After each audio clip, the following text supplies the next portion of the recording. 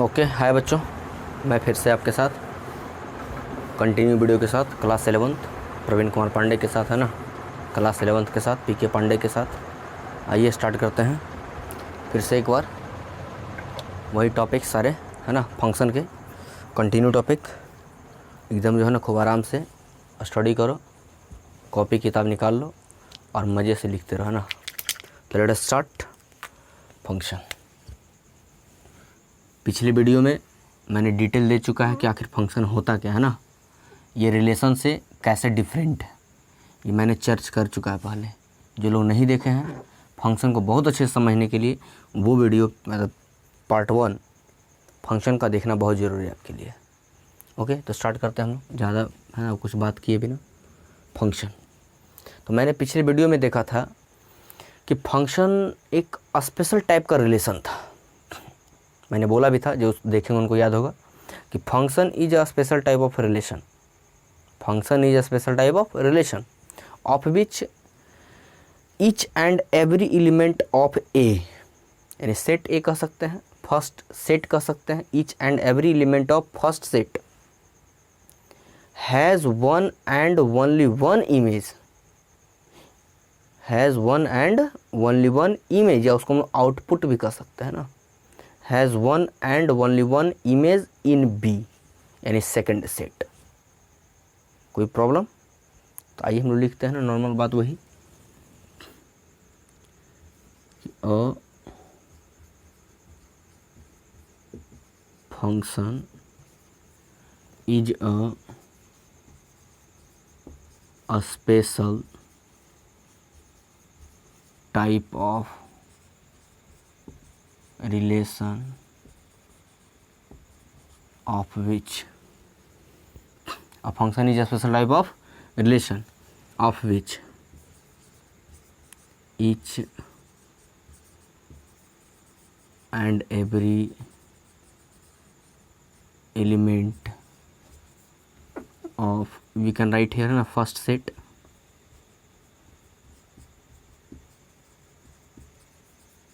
और फिर सेट है ना, कोई दिक्कत नहीं है। Each and every element of first set has one and only one image in second से। सेकेंड सेट हम ना अक्सर बी के लेते हैं, ठीक है, ऐसा कॉन्वेंशन है, कोई दिक्कत नहीं, कोई कुछ भी लो है ना, कोई अंतर नहीं पड़ता है। अच्छा, हम लोग अगर चाहें तो ए बी को स्पेशल अगर सेट मानते हुए डिफाइन करें इसको, अगर कोई अंतर नहीं पड़ता है ना, दोनों डिफिनेशन को कोई अंतर। अगर हम इसको चाहें तो अगर ऐसे लिखें कि है ना लेट, है ना लेट क्या उसका ना लिख सकते हैं हम लोग, A and B are two sets, है ना, let and B are two sets, then a relation R, हाँ मतलब रिलेशन के टाइप से इसको डिफाइन कर रहे हैं। और relation R from a set A to set B is called a function if each, बस आगे है ना जो बात ऊपर लिखे थे, each and every element of set A has, यहाँ पर एक स्टैंडर्ड वर्ड हम जोड़ते हैं ना, यूनिक इमेज इन बी। चलिए मैंने क्या लिखा कि let A and B are two sets पहले मान लिया, then relation R, relation R कहीं कहीं इसका एफ भी लिखता है ना, रिलेशन एफ, मतलब रिलेशन को ही एफ मान लिया। इसे आर मानते थे ना, कॉन्वेंशन ना है ना, तो एफ मान लिया, या आर मानो, कोई दिक्कत नहीं पड़ता है। From a set A to set B is called a function. Okay, if each and every element of set A, each and every element of set A has unique image in B, मतलब कि एक set ये है, एक set B है, ए है B है, 1 2 3 4। यहाँ पर क्या है मेरे पास, मान लो A B C D E F, तो सब का कोई ना कोई इमेज यहाँ बनना चाहिए, कोई भी खाली यहाँ नहीं होना चाहिए, मतलब है ना, ए में कोई खाली नहीं होना चाहिए, ख़त्म बात है। और इसका बहुत ज़्यादा डिटेल मैंने पिछले वीडियो में किया है, ठीक है, पिछले वीडियो मैंने बहुत ज़्यादा डिटेल किया है, यहाँ पर देखने की ज़रूरत नहीं, ठीक है। तो ये मेरा डेफिनेशन इसका है, जल्दी से वॉच कीजिए, हम लोग इसे नोट की ओर जाएंगे ना, जल्दी इसको है ना उतारिए तो फटाक से। हम लोग इससे कुछ नोट की बात करते हैं ना, तो यहाँ तक डेफिनेशन क्लियर। उसके नीचे आइए हम लोग,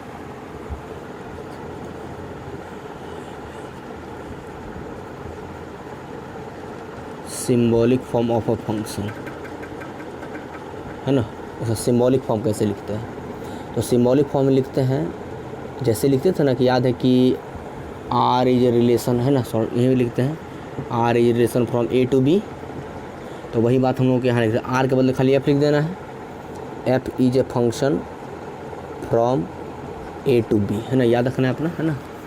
या इसी चीज़ को हम लोग ऐसे भी लिखते हैं, कैसे लिखते हैं, ए लिखिए, यहाँ पर बी दीजिए और ऊपर में एफ ऐसे दे दीजिए, ये भी लिखने का तरीका है, दोनों में से ना जो तरीका पसंद हो आपको, मेजर यही यूज़ होता है, ठीक है। पढ़ते कैसे हैं, तो लिखते हैं f is a function from A to B, या इसी चीज़ को हम लोग पढ़ते हैं f maps A to B, है ना, f maps A to B. Actually में याद देना है एक बात, है ना, ध्यान देना कि हम याद दिला देते हैं कि फंक्शन का सिनोनिम्स 2 वर्ड होता है, ठीक है, कहीं कहीं ऐसा यूज़ हम लोग करते हैं। एक हम लोग लिखते हैं मैपिंग, है ना, मैपिंग का कमाल नहीं फंक्शन में, देखो ज़रा, रिलेशन में मैपिंग उतना इंपॉर्टेंट नहीं था, लेकिन फंक्शन में मैपिंग कमाल का कर जाता है ना। मैपिंग अगर आपका गड़बड़ाया तो फंक्शन गया काम से, तो यहाँ इंपॉर्टेंस का बढ़ जाता है ना। सो मेरा मानना है कि इसीलिए शायद इसको, है ना, ये कहते हैं या इसी को हम लोग मैप्स भी बोलते हैं ना, मैप या मैप्स, कोई दिक्कत नहीं है। एक और होता है नाम, वो लिखते हैं हम लोग CORRESPONDENC, कॉरस्पॉन्डेंस भी लिखते हैं, ठीक है। तो ये सारे वर्ड जो मेरे हैं वो, है ना, इसके लिए यूज़ करते हैं हम लोग। खैर कोई दिक्कत नहीं, आगे बढ़ते हैं हम लोग यहाँ तक लिखने के बाद। चलिए इसके बाद कुछ और छोटी छोटी बातें लिखते चलते हैं। अब थोड़ा सा नोट कुछ लिखते हैं ना, बस इतना इम्पोर्टेंट मेरे लिए, ठीक है। आगे कुछ नोट होगा। नोट है, मान लो कि मेरे पास एक सेट ये है, एक सेट बी है, इसमें ए है बी है, ए बी का मतलब सिर्फ ए बी नहीं मानना है, ठीक है। ए बी का मतलब ऊपर है ना, स्क्रीनशॉट लीजिए, हम नीचे जाएंगे, ठीक है। चलिए एक नया बोर्ड बनकर तैयार है आपके सामने, सारी बातें इसमें आ जाएगी, है ना।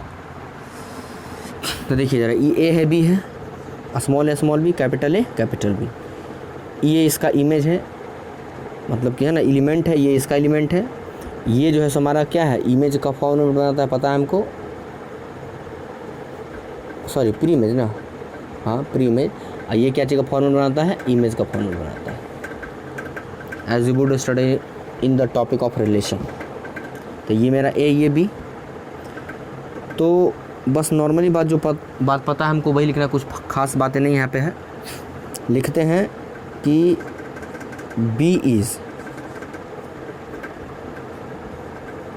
है ना, ये मान लो कि रिलेशन है ना जो है एफ से, मतलब कि वेरीफाई करता है, एफ फंक्शन दोनों में रिलेटेड है।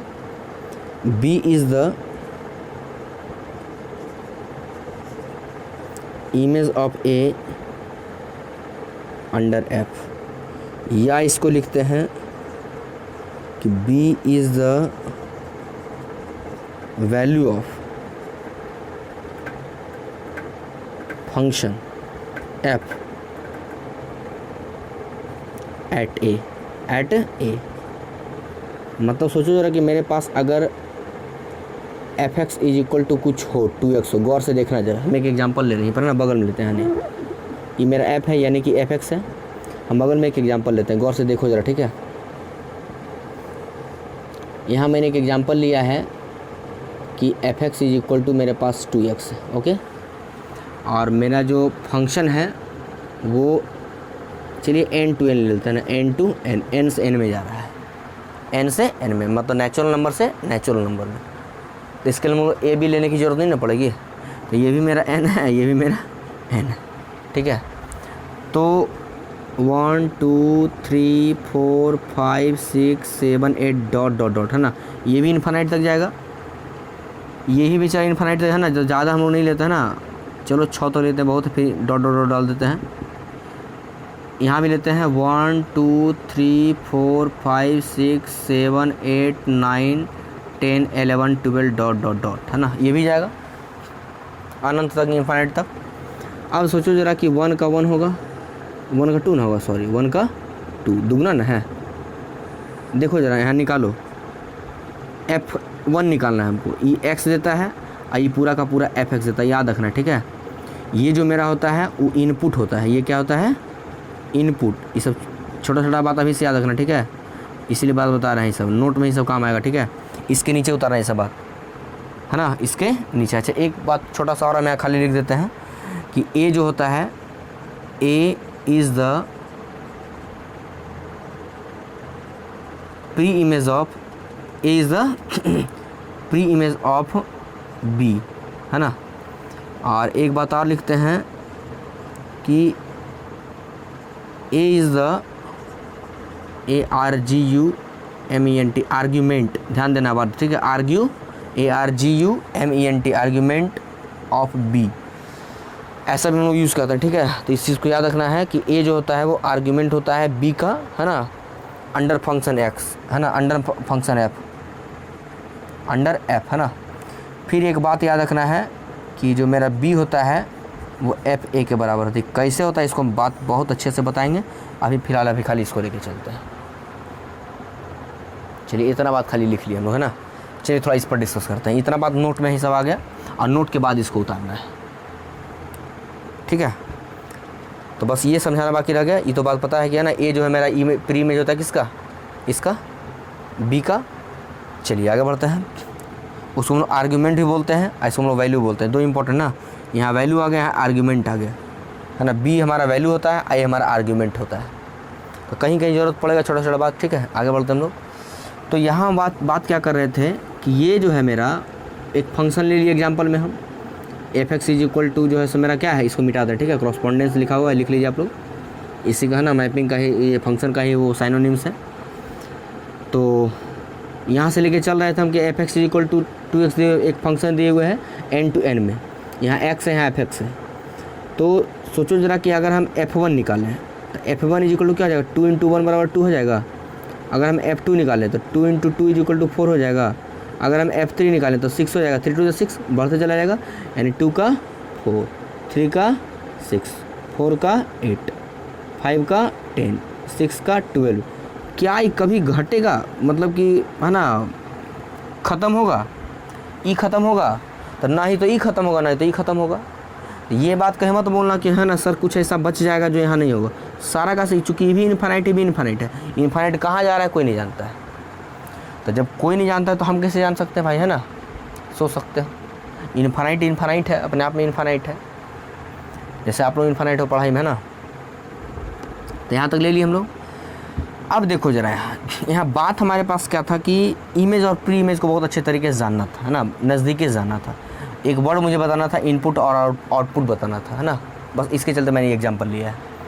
तो f(x) इज इक्वल टू जो हम 2x लिए तो वैल्यू भी बताना था, b is the value of function f कैसे होता है ये भी बात हमको बताना था, ये भी बताना है। तो इसके चलते खाली मैं इतना बात एग्जांपल लिया है, दिख रहा है ऊपर, हाँ बहुत, हाँ यहाँ है ना। चलिए तो यहाँ पर क्या हम बात कर रहे हैं कि सबसे पहले b is the value of function f at a। तो देखो तो a का ही ना वैल्यू सब है, a के जहाँ पर हम क्या रखे हैं 1 2 3 4 कुछ भी रख रहे हैं। तो ये सारा किसका प्लेस ले रहा है, तो ये सारा का सारा जो है सो a का प्लेस ले रहा है, और ये टोटल किसका प्लेस ले रहा है, b का प्लेस ले रहा है। सोचो जरा गौर से, ये सुनो, ये पूरा a का और ये पूरा b का, अब जब ये पूरा ए का ले रहा है और ये पूरा बी का ले रहा है, मैंने क्लोज नहीं किया था, लाइट बढ़ गया ना, छोटी छोटी बातें है ना वीडियो ख़राब कर देती है। ओके है ना, कोई दिक्कत नहीं है। आइए कहाँ थे हम लोग, है ना। तो ये क्या देख रहे थे कि ये ए का है ना प्लेस ले रहा है, ये बी का प्लेस ले रहा है। अब देखते हैं आगे। तो यहाँ कह रहा था कि b is the value of function f at a। तो b इज़ द वैल्यू, तो देखो तो अगर हम a को लेते हैं तो f2 निकाले हम, क्या कर रहा है एट a, मतलब कि fa पर, है ना। तो ये सब क्या निकल रहा है अलग अलग क्या है, fa ही है ना। गौर करो जरा, fa ही तो है, fa a के जगह पर 1 रखो तो क्या मिला 2 मिला। तो क्या ये b नहीं मिला, सारा का सारा ये सब क्या मिला, सब b मिल रहा है। तो कह सकते हैं कि b इज़ द वैल्यू, यानी b is the value of function f at a। मतलब कि हम कह सकते हैं b के बदले आप चाहो तो ये भी बात लिख सकते हो, b मेरा क्या होता है, इमेज होता है। क्या होता है, image. Image is the value of function f at कौन सा, preimage. Preimage, A के बदले प्री इमेज लिखो। मतलब कि मेरा जो इमेज होता है वो हमेशा और हमेशा किसी न किसी प्री इमेज पर वो जो है सो फंक्शन का वैल्यू होता है। इमेज जो होता है किसी न किसी प्री इमेज का उस फंक्शन के लिए वैल्यू होता है। तो ये बात यहाँ से सारा हम क्लियर कर दे, है ना, कि वैल्यू क्यों बताया गया है। आर्ग्यूमेंट पर है ना, ये सब बातें हो सकता है कि है ना, मे भी है ना, होगा ही मे भी, क्या है ना, वो आर्ग्यूमेंट है ना, वो कॉम्प्लेक्स नंबर में ये सब बातें देखनी पड़ेगी, ये सब वर्ड आएगा, ठीक है। तो वहाँ बात इसका किया जाएगा। फिलहाल खाली याद रखना है अपना, प्री में जो कोई दिक्कत नहीं, सिर्फ वैल्यू वाला बात था, समझा दिया मैंने। फिर से एक बार देख लो, कह रहा है कि b इज़ द वैल्यू, यानी ई जो है वैल्यू है किसका, a का। तो a का मतलब इसमें से कोई एक उठा लो, तो बात तो सही है, 4 उठा दो, 4 का वैल्यू कौन है, 8 है, यानी कोई ना कोई वैल्यू तो जा रहा है। और हम लोग पीछे पढ़े हैं फंक्शन का डिफिनेशन कि इसका सारा का सारा इमेज है ना, इमेज यहाँ होना चाहिए। तो सब तो जा रहा है ना, सारा तो जा रहा है, सब डॉट डॉट लास्ट तक चला जाएगा, चूँकि भी इन्फानाइट है, भी इन्फानाइट है, पता नहीं कहाँ जाएगी कहाँ जाएगा। तो हम लोग जहाँ तक लेके चलेंगे हम तो सोच सकते हैं ना। तो तुम्हारी सोच से बाहर जाने की ज़रूरत नहीं, ठीक है। तुम्हारी सोच यहीं तक है ना कि 6 लाख 6 करोड़ तक चले जाओ, सबका ना कोई इमेज बन ही जाएगा।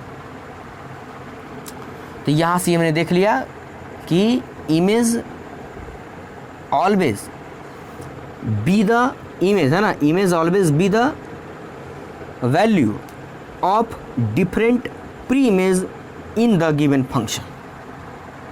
स्टेटमेंट आप लोग लिख सकते हैं कि image always be the value of different pre image in the given function, है ना। उस फंक्शन में इमेज जो होता है हमेशा अलग अलग प्री इमेज का वो एक वैल्यू होता है, और सबका एक बनते चला जाएगा। तो ये फंक्शन को डिफाइन भी कर रहा है, और इस तरीके से मेरा इमेज और प्री इमेज का है ना, मतलब कि वो कॉन्सेप्ट भी क्लियर हुआ है यहाँ से। अच्छा एक बात और है ना, यहाँ इनपुट यहाँ आउटपुट मैंने लिखा है। तो सोचो यहाँ इनपुट रख रहे हैं, देखो तो इनपुट हम 1 रखें तो आउटपुट क्या मिला, 2 मिला। इनपुट हम 2 रखें तो आउटपुट क्या मिला, 4 मिला। इनपुट 3 रखें आउटपुट क्या मिला, 6 मिला। तो इस तरीके से हम लोग फर्स्ट वाले सेट को इनपुट भी बोलते हैं और सेकंड वाले सेट को आउटपुट भी बोलते हैं। तो वर्ड ये सब कहीं कहीं आएगा, कन्फ्यूजन इसमें होने की ज़रूरत नहीं है। तो चलिए हम लोग यहीं तक थे, और तुरंत हम लोग है ना इसी का टॉपिक उठाते हैं। चलिए उतारिए इसको जल्दी से। एक बात है ना, लास्ट वाला मैंने समझाना छोड़ दिया ना आप लोगों को। लिखा है कि b is equal to F है, ये बहुत इंपॉर्टेंट है ना, ये बहुत ही इंपॉर्टेंट है। कैसे इंपॉर्टेंट है, हाउ इज़ इम्पॉर्टेंट, देखते हैं। b is equal to F है, यहाँ देखो जरा, है ना, यहाँ पर 2 सवाल आपके पास है।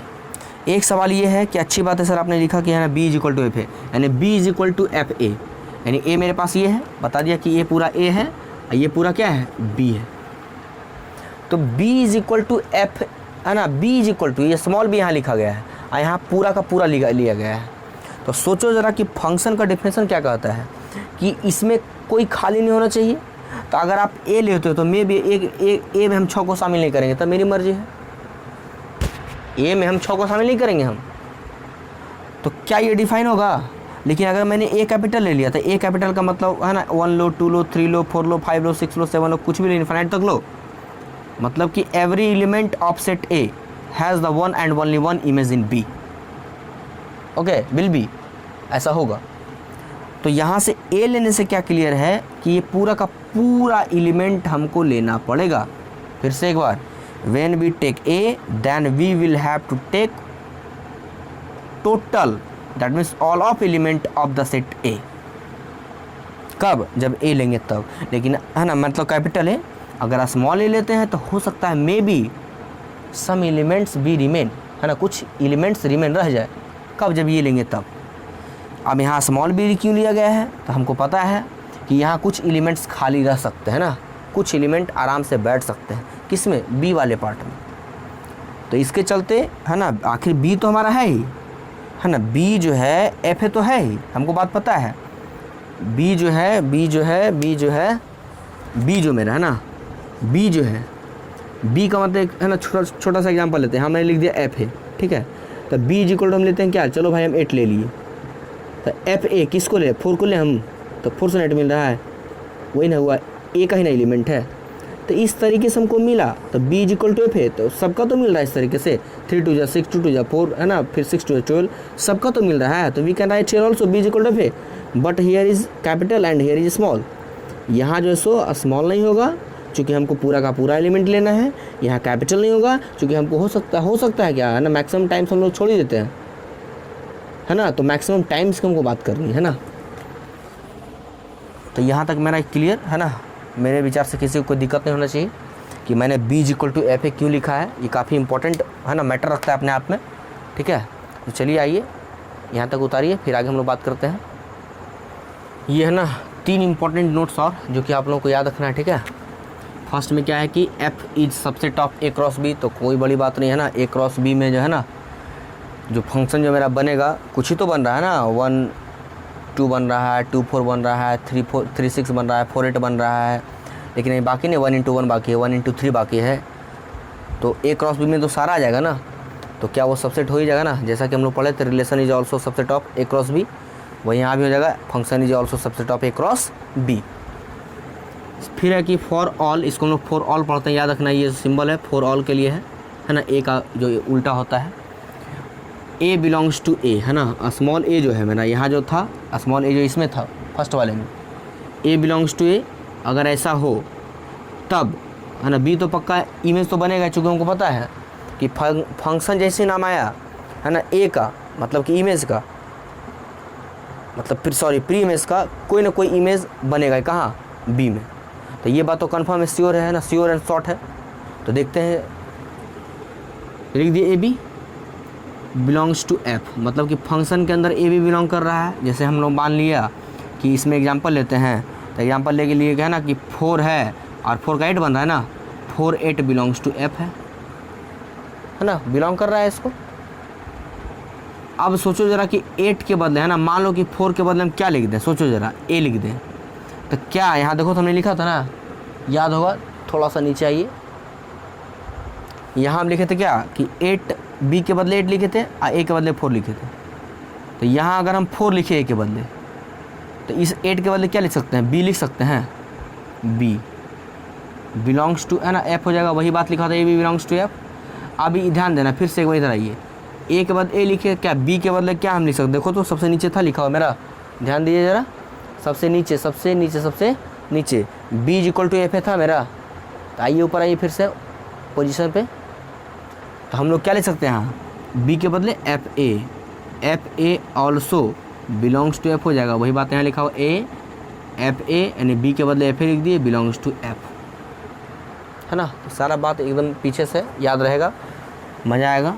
फिर लिखा है कि if a b belongs to F, है ना, ए बी हो फिर ए सी हो, और तब जो है ना बी बराबर सी हो जाता है। ध्यान देना है, ए बी क्रम याद रखो ना, फिर ए सी, ए बराबर है मतलब कि फर्स्ट और थर्ड बराबर है, तो सेकंड और फोर्थ आपस में बराबर हो जाएंगे। ऐसा यूज़ किया जाएगा कहीं कहीं।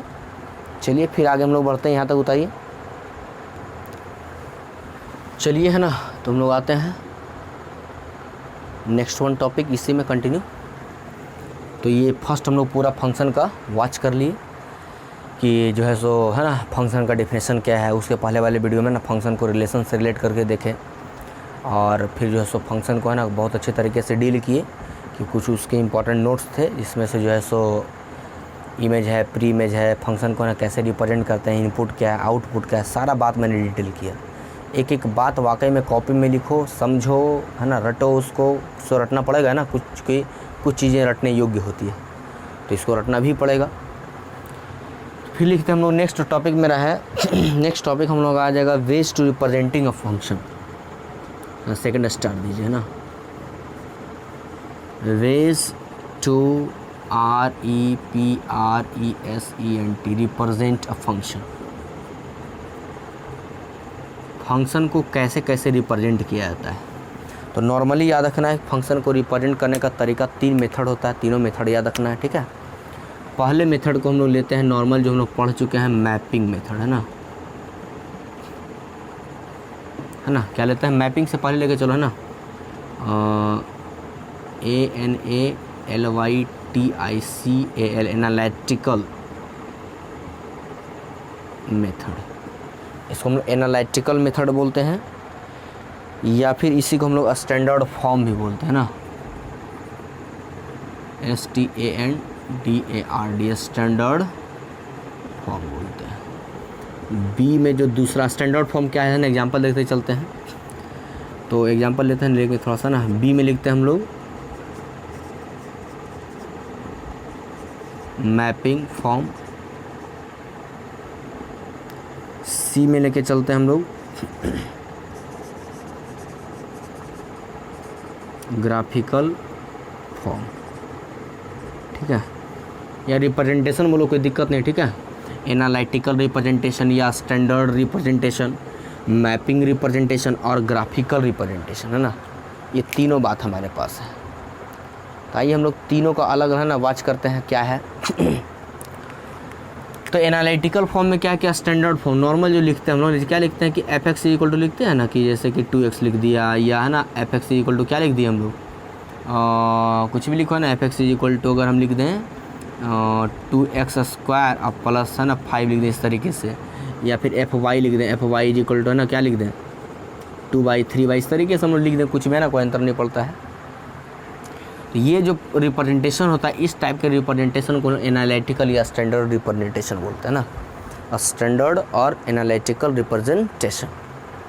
डिफिनेशन नहीं है, बस नॉर्मल याद रखना। मैपिंग हम लोग देख चुके हैं अभी, मैपिंग वाला बात खाली मैपिंग पढ़ किए अभी तक, है ना, 1 2 3 है ना, 4 5 6 हिया है ना, ओके। तो ये हमारा मैपिंग फॉर्म कहलाता है। अब हमारे पास ग्राफिकल मेथड है ना, ग्राफिकल में हमारे पास क्या है कि इस तरीके से हो और कोई ग्राफ इस तरीके से बन रहा हो, तो ये भी फंक्शन को शो करता है ना, ये किसी फंक्शन को शो करता है। सारा बात पढ़ा जाएगा, एक एक बात पढ़ा जाएगा ना, हो सकता है कि फंक्शन ऐसे करके भी हो, इस तरीके से हो, तो सारा बात पढ़ा जाएगा कि क्या कैसे है। ये तो पूरा 11th में इसी का ड्रामा है ना, 11th में इसका ड्रामा है और 12th में इसका ड्रामा है, और दोनों में बेचारा ये पिसता है ना। तो अभी हम लोग इसकी बात करेंगे, 11th में थोड़ा टॉपिक आगे डिस्कस करेंगे। तो ये हमारा रिप्रेजेंटेशन का तरीका है। फिर यहीं पर एक बात हम लिख देते हैं अपना, है यहीं पर छोटा सा, ठीक है, वो टॉपिक क्या अलग बना है ना, इसी में लिखते हैं एक और, वो टॉपिक हो जाएगा राइटिंग अ फंक्शन, है ना, वेज टू राइटिंग लिखना ना, ठीक है। अब इसका वेज क्या है, लिखने का तरीका क्या है ना, तो देखो ज़रा कि कहीं कहीं हम लोग एफ भी देते हैं, ठीक है, लिखने के लिए जी भी देते हैं, एच भी देते हैं, कुछ भी तो कोई अंतर नहीं पड़ता ना। इससे लिखते हैं ना कि एफ एक्स लिखते हैं, या कहीं कहीं जी एक्स भी लिख देते हैं ना, या कहीं कहीं एच एक्स भी लिख देते हैं। तो f x equal to 2x, g x equal to 2x, कोई अंतर नहीं पड़ता है, 2x है ना, कोई अंतर उससे नहीं पड़ता है। तो जनरली हम लोग एफ एक्स ही लेते हैं, लेकिन कहीं कहीं जी एक्स और एच एक्स का भी यूज किया जाएगा, तो उससे हड़बड़ा पी एक्स भी लेते हैं, कहीं कहीं हम लोग पी एक्स भी लेते हैं, क्यू एक्स भी लेते हैं ना, इस तरीके से आर एक्स भी लेते हैं, है ना। तो इस तरीके से हम लोग है ना कुछ भी ले लेते हैं, क्यू एक्स है ना, क्यू एक्स, जी एक्स तो पहले से ना, क्यू एक्स आर एक्स लेते हैं। तो बहुत सारा लेने का तरीका अपना है ना, सब के बराबर, कोई एक्स के बदले वाई भी लिखो, कोई अंतर नहीं पड़ता है, ठीक है, कोई अंतर नहीं पड़ता है ना। आर जेड ले लो, तो यहाँ पर वेरिएबल क्या, जेड का वेरिएबल, सीधी सी बात है, वाई लिए तो वाई का वेरिएबल क्या है, वाई स्क्वायर प्लस 2। अगर यहाँ हम लोग एम लिए हैं तो यहाँ पर क्या लेंगे, एम स्क्वायर प्लस 2, मतलब जो यहाँ लेंगे उसी का वेरिएबल यहाँ जाएगा। यहाँ एक्स लिए तो किसका वेरिएबल, एक्स का वेरिएबल आया। अगर यहाँ पर कोई वाई लिख दिया तो यहाँ पर वेरिएबल किसका आ जाएगा, वाई का वेरिएबल आ जाएगा। तो इस तरीके से रिप्रेजेंटेशन का एक तरीका है ना, तो ये रिप्रेजेंटेशन के अंदर ही आता है, कुछ अलग से नहीं है, ठीक है। तो ये सारा पॉइंट आप लोग एक बार उतारिए, छोटा ही है लेकिन काफ़ी ज़्यादा इम्पोर्टेंट है ना, कि ये तरीका क्या है, ये तरीका क्या है, ये तरीका क्या है। अब इसके बाद जो हम लाने वाले वीडियो है ना, उसमें जो है सो हम लोग है ना इसी में कंटिन्यू है ना, छोटा सा पॉइंट इसी में दे दूंगा कि बहुत सारे क्वेश्चंस हमारे पास आएंगे। उसमें हमको पता लगाना है कि आखिर ये जो मेरा बन रहा है, मतलब ये कोई भी ग्राफ है, तो ग्राफ को पहचानेंगे कैसे कि वो फंक्शन होगा कि नहीं, या फिर जो है ना कोई स्टैंडर्ड फॉर्म दे दिया, बोलेगा कि क्या ये फंक्शन है या नहीं, है ना। मैपिंग दे दिया, क्या ये फंक्शन, मैपिंग में तो कोई दिक्कत किसी को नहीं है, लेकिन ये दोनों बात बचा हुआ है ना। तो इस वीडियो हम लोग यहीं तक हैं, और अगले वीडियो तुरंत इसके बाद फिर से हम दे रहे हैं। वीडियो थोड़ा छोटा, बोरिंग नहीं है ना, आराम से देखो, आराम करो, सो फिर देखो, फिर आराम करो ना। तो वो वीडियो लाना स्पेशल पहचान के लिए है ना, रिकॉग्नाइजेशन के लिए, कि सेट को रिकॉग्नाइज कैसे किया जाएगा, पहचाना कैसे जाएगा। ये है ना, ये तीनों मेथड पढ़े ना, ये और ये, तो इन तीनों मेथड से सेट को पहचानते कैसे हैं, तो काफ़ी ज़्यादा इंपॉर्टेंट होने वाला वो लेक्चर होगा ना। तो thanks for watching eight till, okay, thank you, मिलते हैं तुरंत।